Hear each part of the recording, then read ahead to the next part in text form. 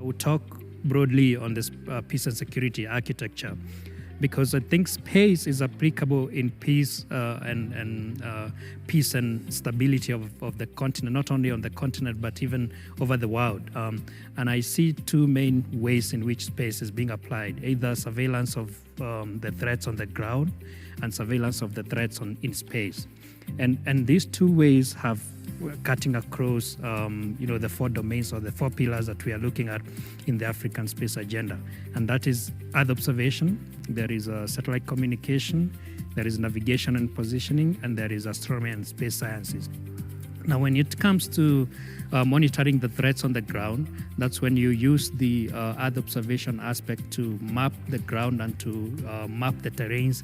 And it's a very useful application in terms of deploying the troops and deploying the peace-building keeping missions. And not only that, to map the terrains and to know where exactly the enemy is. In satellite communication, I think there has been a lot of use, not only in Africa, but over the entire world, especially when it comes to communication links. Some threats come and some terrorists might destroy, the infrastructure for communication. Now, space comes as a backup, and those are satellite communication that provide the back-end solution.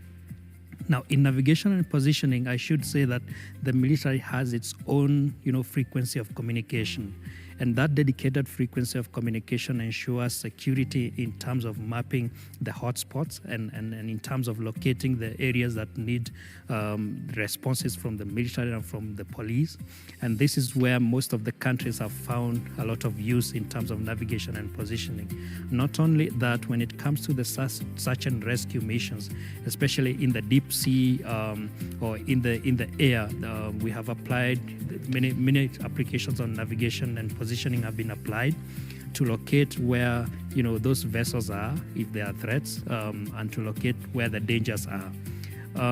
So in any nation, and you notice that especially in the airports, you have these applications of the radar in the surveillance of the airspace. And I think for any nation to be stable and to be secure, you need to have your own, communication backhaul or navigation positioning backhaul to ensure that you have the accurate positioning.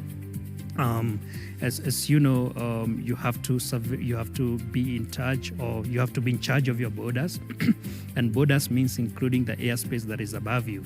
And this is where the satellite navigation and positioning, in combination with the ground-based radar, have been used to map out the threats that may enter in any country's airspace.